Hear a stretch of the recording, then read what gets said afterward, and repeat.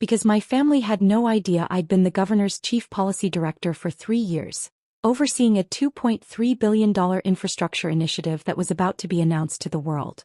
My name is Riley Chen, and this is the story of how my sister tried to erase me from the most important day of her life, only to discover I'd been shaping our state's future while she thought I was a failure. Growing up as the younger Chen sister meant living in permanent shadow. My sister Madison was everything our parents valued. Pre-med at Northwestern, perfect SAT scores, engagement to a cardiac surgeon named Dr. Trevor Walsh whose family owned a chain of medical clinics. Madison was beautiful, ambitious, and never let me forget that I was neither. I was the artistic one. The creative type. Which in my family was code for, probably won't amount to much. When I was 17, I told my parents I wanted to study urban planning and public policy instead of medicine or law. My mother actually set down her teacup and stared at me. "Riley, be serious. How do you plan to support yourself with a degree in city planning? It's urban planning and there are actually a lot of opportunities in." "Madison is going to be a surgeon," my father interrupted. "She'll make a real difference in people's lives." "You want to, what?" "Fill potholes." Madison smirked from across the dinner table. "Maybe she can get a job at the DMV." The whole family laughed. I went to the University of Illinois anyway, studying urban planning and public administration. My parents didn't come to my graduation. They were attending Madison's white coat ceremony at Northwestern Medical School. "We'll celebrate you another time," Mom promised over the phone. "You understand that Madison's achievement is more significant, right?" I understood perfectly. The real fracture happened when I was 24. I'd been working for 2 years as a junior policy analyst at a nonprofit focused on infrastructure development. The pay was terrible, $38,000 a year. But I was learning how cities actually functioned, how policy decisions affected real people's lives. Madison had just finished her residency and gotten engaged to Trevor. My parents threw them an engagement party that cost more than my annual salary. The guest list included senators, hospital board members, and the medical elite of Chicago. I wore my best dress, a simple navy sheath from Target that I'd owned for 3 years. Madison took one look at me and whispered loud enough for nearby guests to hear, "Did you seriously come here looking like someone's secretary?" Her friends laughed. Trevor looked uncomfortable but said nothing. At dinner, when someone asked what I did for work, my father answered before I could, "Riley works for some little nonprofit. We're still hoping she'll find her way to something more substantial." "Policy work is substantial," I said quietly. "We're working on transit equity programs that help low-income families access." "That's nice, honey," my mother interrupted. "Trevor, tell us about your new position at Northwestern Memorial." I stopped attending family events after that. Madison called it being dramatic. I called it self-preservation. The only family member who understood was my grandmother, Papa, my mother's mother who'd immigrated from Taiwan in the 1970s. She'd call me every week. "Riley, do you like your work?" she'd ask in Mandarin. "I love it, Papa." "Then you're successful. Don't let them make you feel small." She died 2 years later. She left me $50,000, her entire savings. The note said, "Build something that matters." What my family didn't know was that my little nonprofit job had turned into something extraordinary. At 26, I'd been recruited by Governor Patricia Morrison's transition team as a junior policy advisor.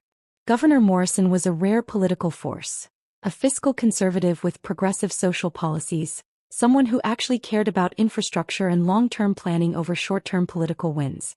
I'd written a white paper on equitable infrastructure development that caught the attention of her chief of staff.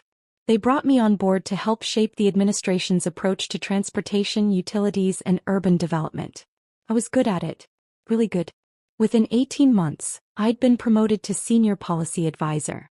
By 29, I was director of infrastructure policy, overseeing a team of 43 people and a $2.3 billion state initiative to rebuild roads, bridges, water systems, and public transit across Illinois. I negotiated with federal agencies. I testified before legislative committees. I managed relationships with contractors, unions, and environmental groups.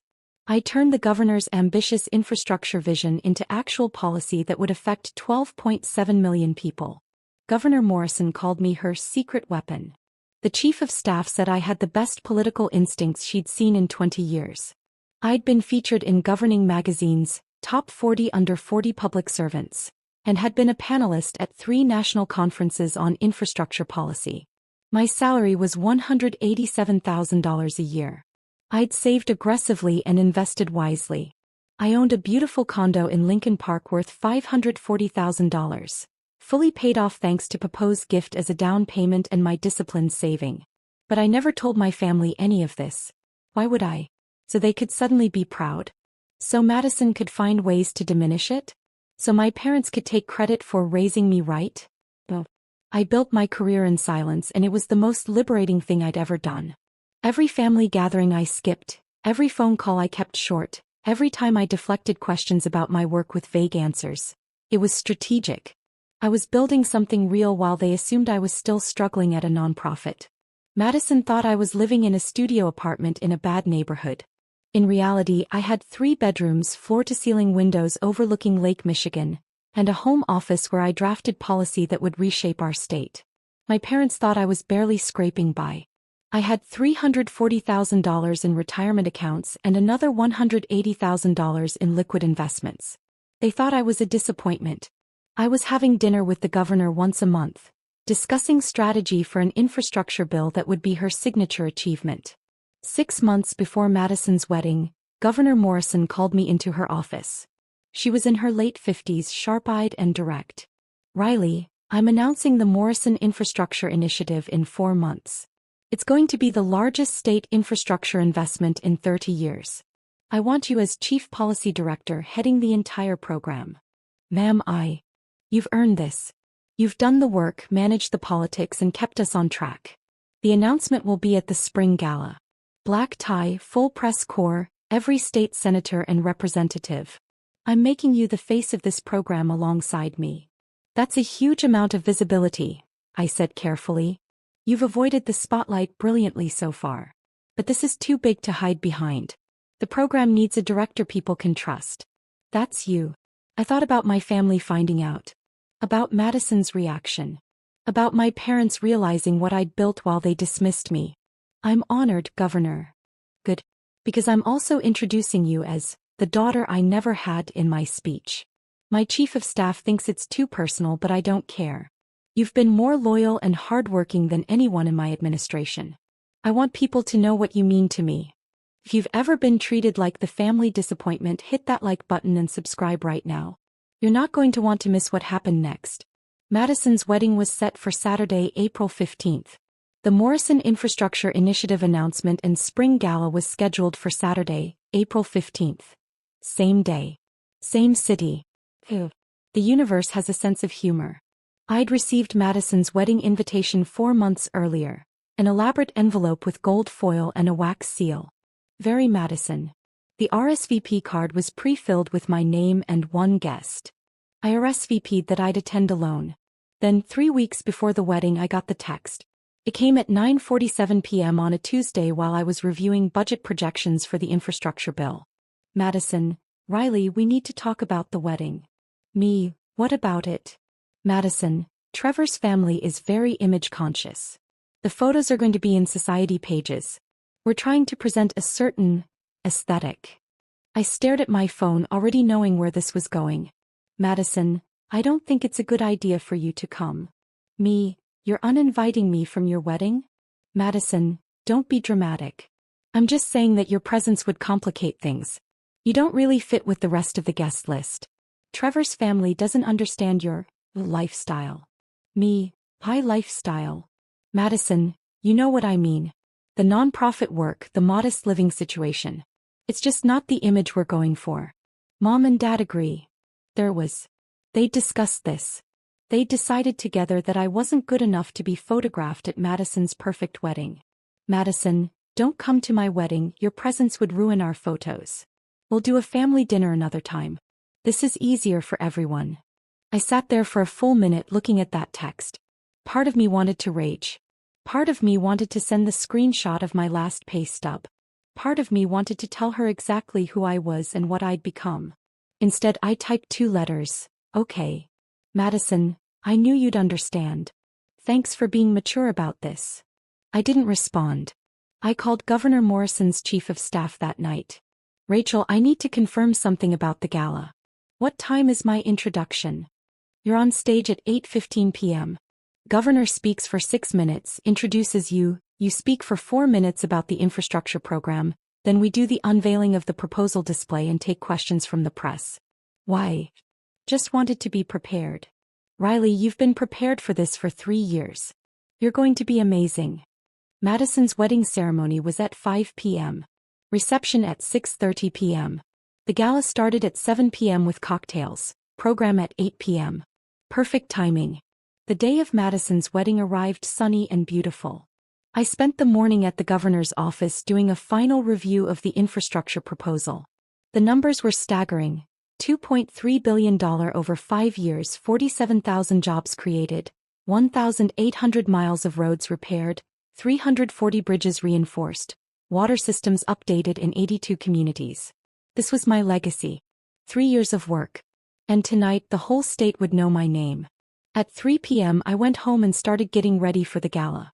I'd chosen a deep emerald gown by Jason Wu, elegant, professional, stunning. It cost $2,800, which I justified as a work expense for the most important night of my career. My stylist came to do my hair and makeup. Professional but not overdone. Elegant updo classic makeup, diamond earrings. Papa had left me. At 5:47 p.m. while Madison was saying, "I do," at the Peninsula Hotel, I was in a car heading to the Chicago Hilton for the governor's gala. At 6:30 p.m. while Madison was taking formal photos with her bridesmaids, I was being mic'd backstage, reviewing my speaking notes one final time. At 7:15 p.m., while Madison was making her grand entrance to her reception, I was shaking hands with state senators and representatives in the gala's cocktail hour. "Riley, big night," Senator Martinez said, grasping my hand warmly. "I've been watching your work on this infrastructure bill. Brilliant strategy getting the environmental groups and the construction unions on the same page. Thank you, Senator. It's been a team effort. Don't be modest. We all know you're the architect of this whole thing." At 8 p.m. the program began. I sat at the head table with Governor Morrison, her husband, the lieutenant governor, and the Speaker of the House. A seat of honor. Governor Morrison squeezed my hand under the table. "Ready. Ready." At 8:15 p.m. exactly as planned, Governor Morrison took the stage. The room went silent. 400 of the most powerful people in Illinois politics, business, and society. "Good evening," the governor began. "Tonight I'm here to announce the largest infrastructure investment in Illinois state history. The Morrison Infrastructure Initiative will transform how our state moves, how our water flows, and how our communities connect. It's a $2.3 billion commitment to our future."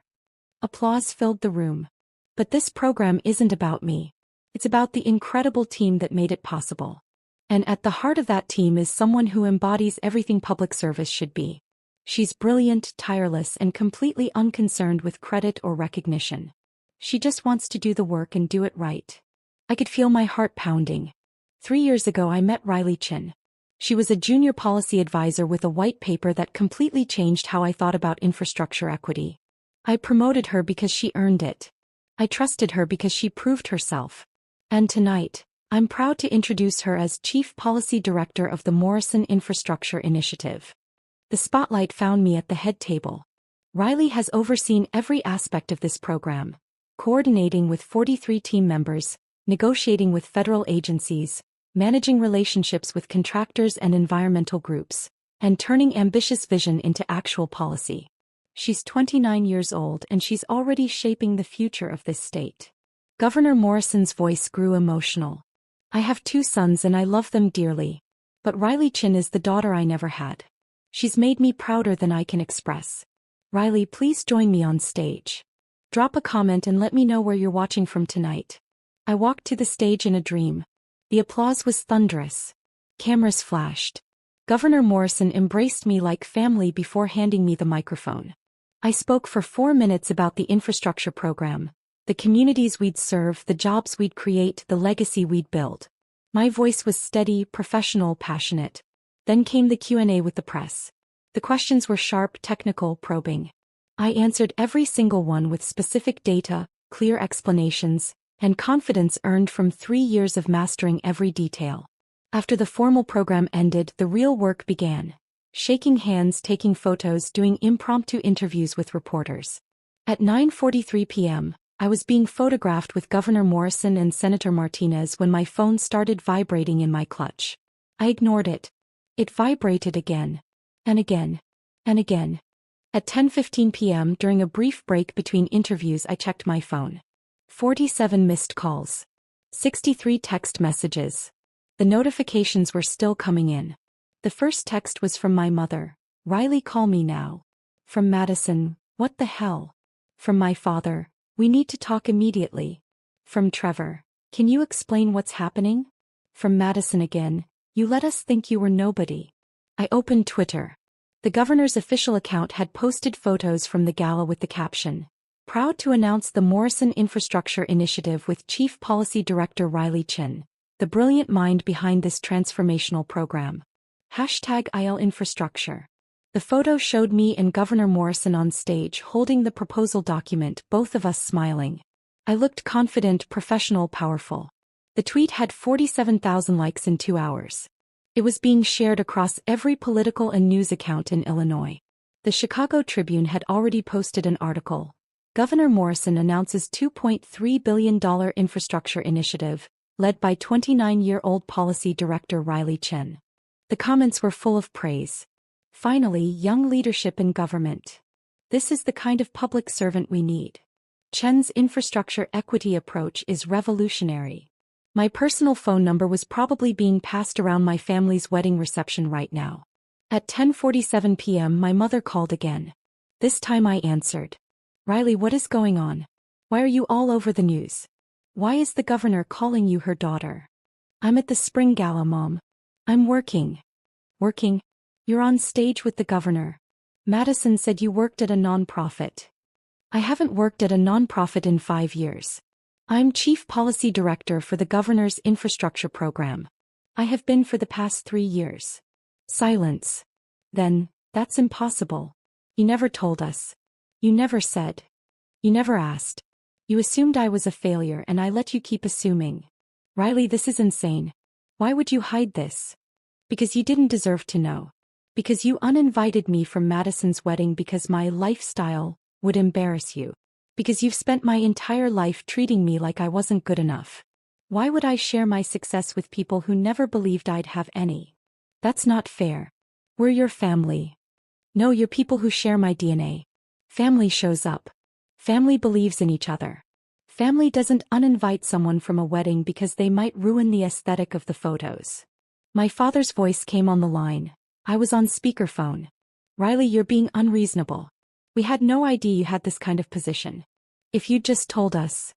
You would have what, Dad? Been proud?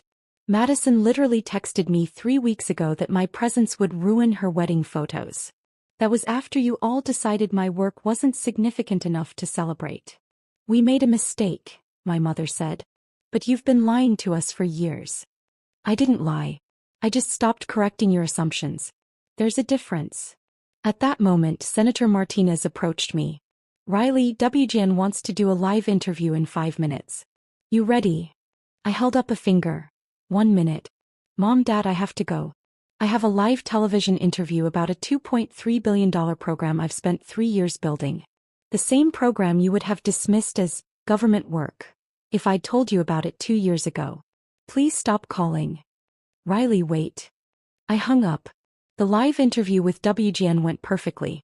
The anchor asked about my background, my vision for the infrastructure program, and what it felt like to be leading such a major initiative at 29. It feels like responsibility, I said. I have an obligation to the 12.7 million people in Illinois who'll be affected by these projects. Everything else is noise. Hit that subscribe button if you've ever had to prove yourself to people who never believed in you, because what happened next destroyed every assumption they'd made about me. Back at the Peninsula Hotel, Madison's reception was descending into chaos. According to texts I'd receive later from sympathetic cousins, the news about me broke during dinner service. Someone's phone buzzed with a Tribune notification. Then another. Then 10 people were pulling up news articles and Twitter posts.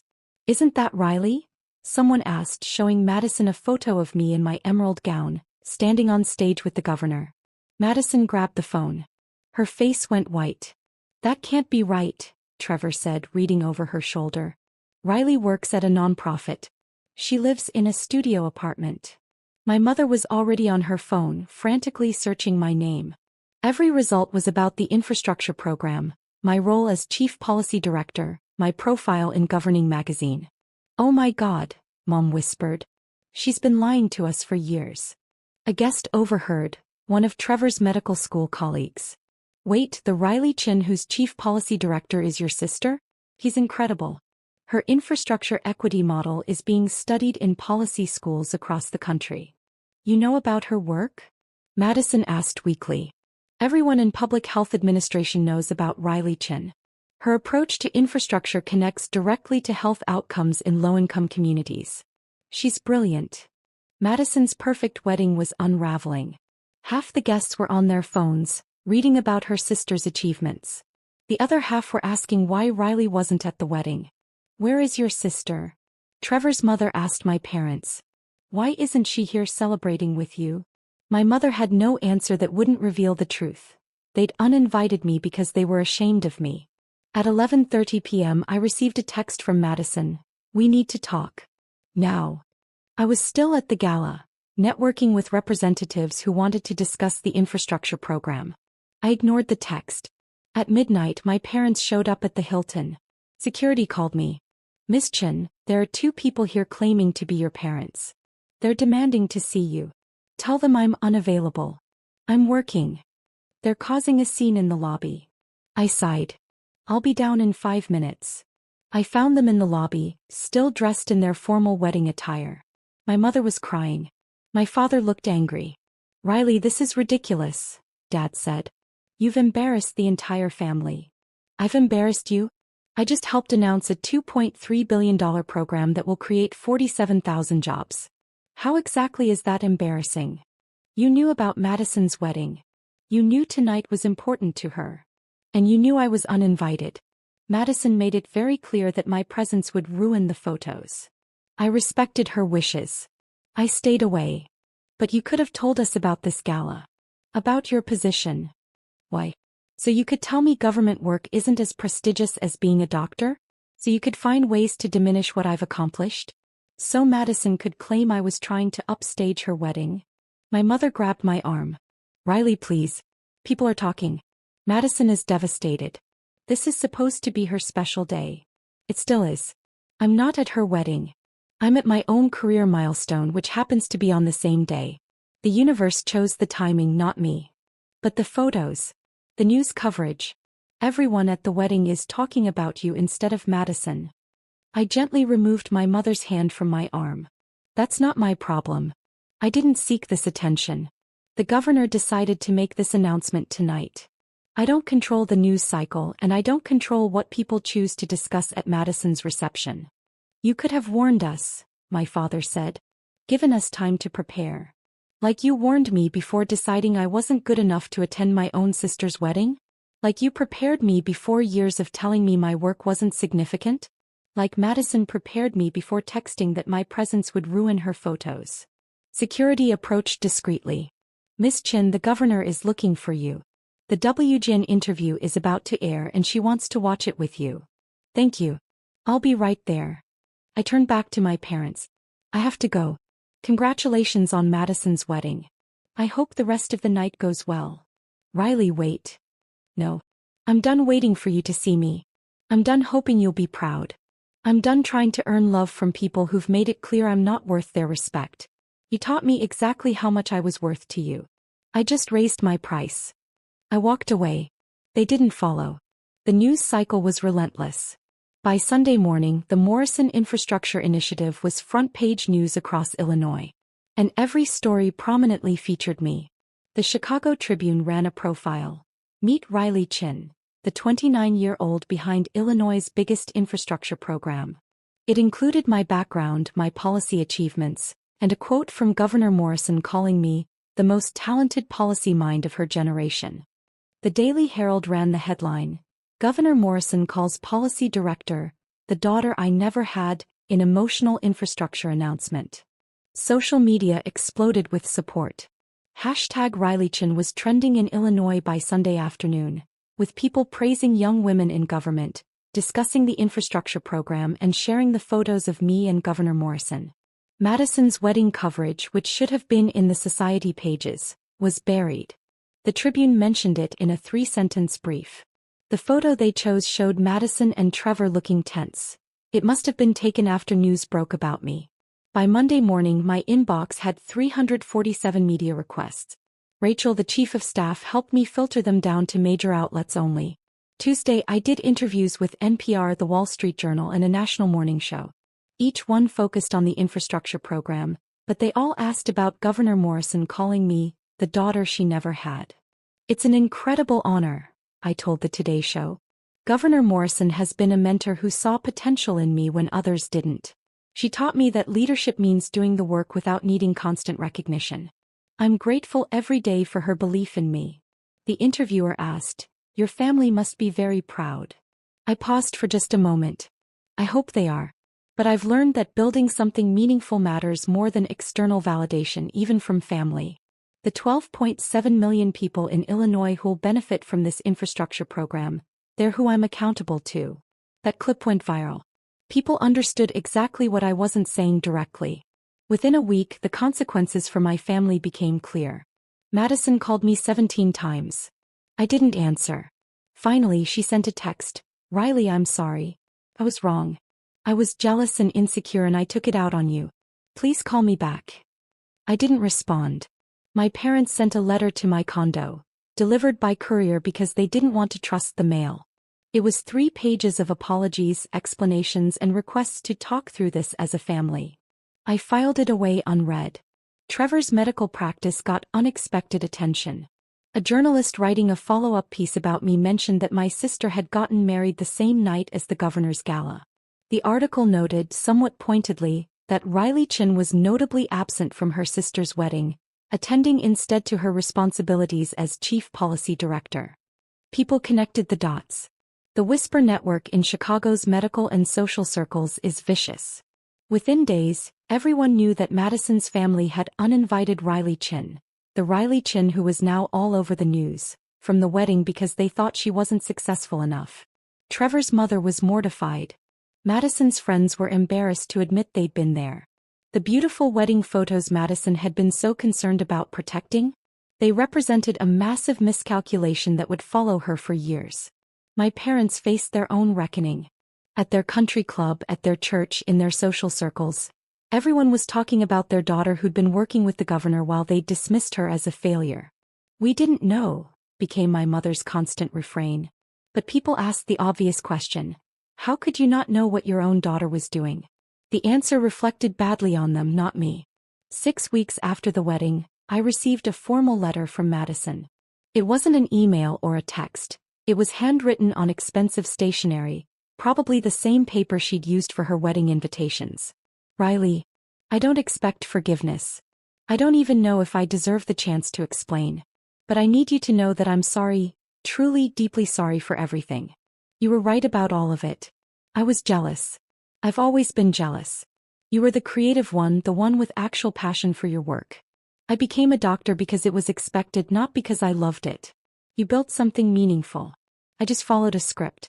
When Trevor's family started talking about the wedding photos and image and presentation, I panicked. I thought if you were there, people would compare us.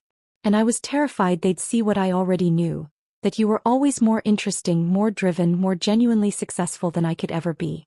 I convinced myself I was protecting Trevor's family's image. Really, I was protecting my own ego. I don't expect you to respond to this. I don't expect you to forgive me. I just needed you to know that you didn't deserve what I did. You deserved a sister who celebrated your achievements, not one who tried to hide you. I'm proud of you, Riley. I should have said that years ago. Madison. I read the letter 3 times. Then I put it in a drawer with my parents' unopened letter. Some apologies come too late to change anything. They're not about making things right. They're about making the apologizer feel better. I wasn't interested in making my family feel better. 8 months after that night, I'm sitting in my office in the state capitol building. A corner office with a view and a door that says Riley Chen, Chief Policy Director, Morrison Infrastructure Initiative. The program is in full implementation. We've broken ground on 47 projects across Illinois. We've created 14,200 jobs in the first phase alone. We're ahead of schedule and under budget. Governor Morrison is talking about running for a second term with infrastructure as her signature achievement. And she wants me to stay on as Chief Policy Director for the entire program duration. 5 years total. You're the face of this initiative, Riley, she told me last week. The public trusts you. The legislature respects you. You've earned this. I'm honored, Governor. And I'm proud of you. I know your family situation is complicated, but I want you to know. You have a family here. My husband and I think of you as our daughter. That's not just political rhetoric. It's true. I actually cried hearing that. Governor Morrison had been more of a parent to me in 3 years than my actual parents had been in 29. Last month, I bought a lake house in Michigan.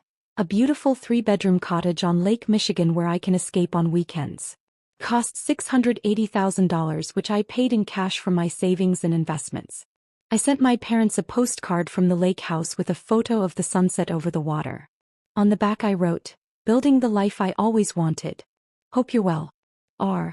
I didn't include my address. They don't need it. Madison sends me birthday cards now. Christmas cards with photos of her and Trevor. I don't respond, but I don't throw them away either. Maybe someday I'll want to reconnect. Maybe I won't. Either way, it's my choice made on my timeline. My team at work has become my chosen family. We grab drinks on Fridays, celebrate each other's wins, and support each other through the inevitable challenges of government work. They're the family that shows up. Last week, I was invited to speak at the University of Illinois School of Urban Planning, my alma mater. I talked to a room of 200 students about building a career in public service, about finding meaning in work that actually helps people. During the Q&A, a young woman raised her hand. "My family doesn't think public policy is a real career. How do you deal with people who don't take your work seriously?" I smiled. You build something so undeniably real that their opinions become irrelevant. You do the work because it matters to you, not because you're trying to prove something to them. And eventually, you realize that the people who truly matter will see your value. The ones who don't, they were never your people anyway. The auditorium erupted in applause. After the talk, the dean pulled me aside. "Riley, we'd love to have you back as a guest lecturer next semester. Maybe teach a seminar on infrastructure policy." I'd be honored. Walking across campus that day felt full circle. I'd left this place 10 years ago as the family disappointment who'd chosen the wrong major. I came back as the chief policy director reshaping our state's future. That evening, I got a text from an unknown number. "This is Trevor, Madison's husband. I know you don't want to hear from the family, but I wanted you to know that I'm sorry. I should have said something that night at the engagement party when they dismissed your work. I should have defended you at the wedding planning when Madison suggested uninviting you. I didn't, and that makes me complicit in hurting you. You deserved better. I hope someday you can forgive us." I stared at that text for a long time. Then I typed, "I appreciate you saying that. I'm not ready for reconciliation, but I recognize it took courage to reach out. I wish you and Madison well." It was the truth. I did wish them well. But wishing someone well doesn't mean inviting them back into your life. Some bridges burn because they were never structurally sound to begin with. You don't rebuild them. You build better ones somewhere else. If you've ever had to walk away from toxic family to save yourself, tell me your story in the comments. What would you have done? Does any of this feel familiar? And if you've ever been underestimated by the people who should have believed in you most, hit that like button because you're not alone. The infrastructure program will be my legacy. Governor Morrison's belief in me changed my life. And the family I've built through my work, through choosing people who show up and respect me, that's the real success story. My sister texted that my presence would ruin her wedding photos. She was wrong. My absence from her wedding didn't ruin anything. It just revealed exactly what matters. Showing up for people who value you, building something meaningful, and never apologizing for success you earned yourself. You're not alone. You never were.